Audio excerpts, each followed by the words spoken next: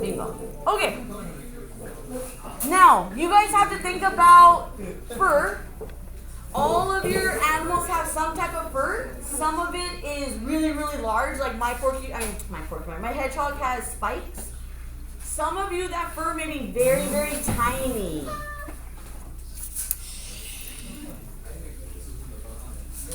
I already made the eyes.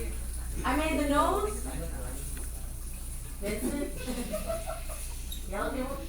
Now I have to make the spikes. Now what you guys are going to have to decide is whether you're going to make actual texture you can actually feel you're making it out of paper mache clay or paper, or you're going to do implied texture, meaning when this is all done and you paint it, you'll paint fur strokes. Either or, they're both versions of texture and they both have their own challenges. So we'll go over actual texture first, and then I'll talk to you guys about applied texture. Okay? So actual texture, for my little hedgehog, I have to make the spines. And what we learned when we did our scales, one sheet of paper is too hard to work with. Folded is better, but it's very thick. You just have to be careful on how to attach it. So you kind of want to find that happy medium. So for me, for my little hedgehog, I would just simply get a piece of paper and roll it to get those layers.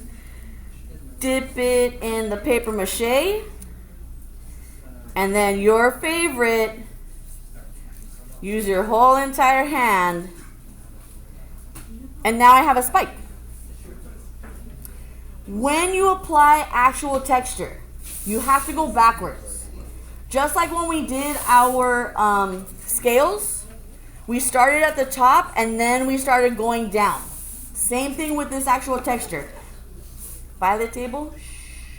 I would have to start with the spikes in the back.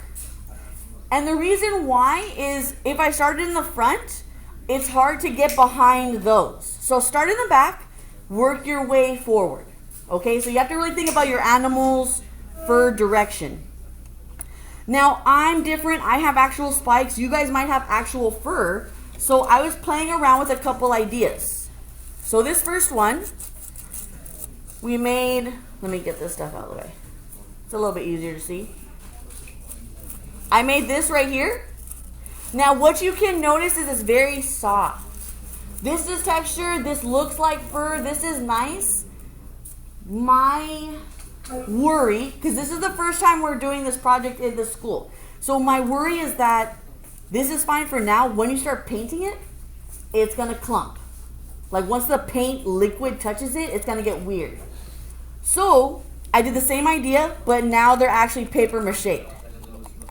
So you have this fur look, but now it's tough. It's hard. So you can paint on it and it's not going to move. It's going to stay where it is.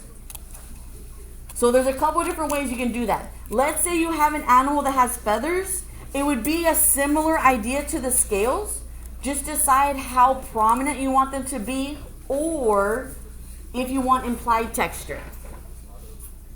So let's talk about implied. Do not be afraid to be like, hey, Mr. Chimney, building texture sounds horrible. I don't want to do that. I get it. Your challenge, you are only painting texture, so your paper mache animal's head has to be smooth. My paper mache animal has this mean old dent in the head. No one's going to see it. It's going to be covered in spikes. I don't have to worry about fixing those parts. Thank you. For you, with painting it, everyone can see it. Everyone can see if the head is lopsided. So you've got to really get your head shaped really, really good. Now, when we get to painting, I will show you how to paint textures, because you're just going to give that implied look. Like it's going to feel like it has fur. Guys, I got some more minutes. So you pick, either one works. You have to have texture.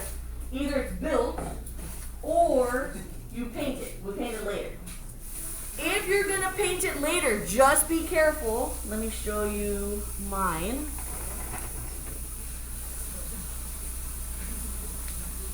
There we go. So on the camera, you can just see the shape of that, like edges of that paper. What it is, it's just the edge of the actual white paper. Now you can get rid of this when you have it on your little animal. Just get paper mache, and then you're just gonna keep massaging it till that gets softer. If you don't, if you have harsh edges or wrinkles and you don't like soften those things up, your paint will collect there and they stand out even more. The other option, but it's kind of a pick your poison, cut all your white paper to not have any straight edge. Because it's ripped on the edges, this part already wants to disintegrate and it blends.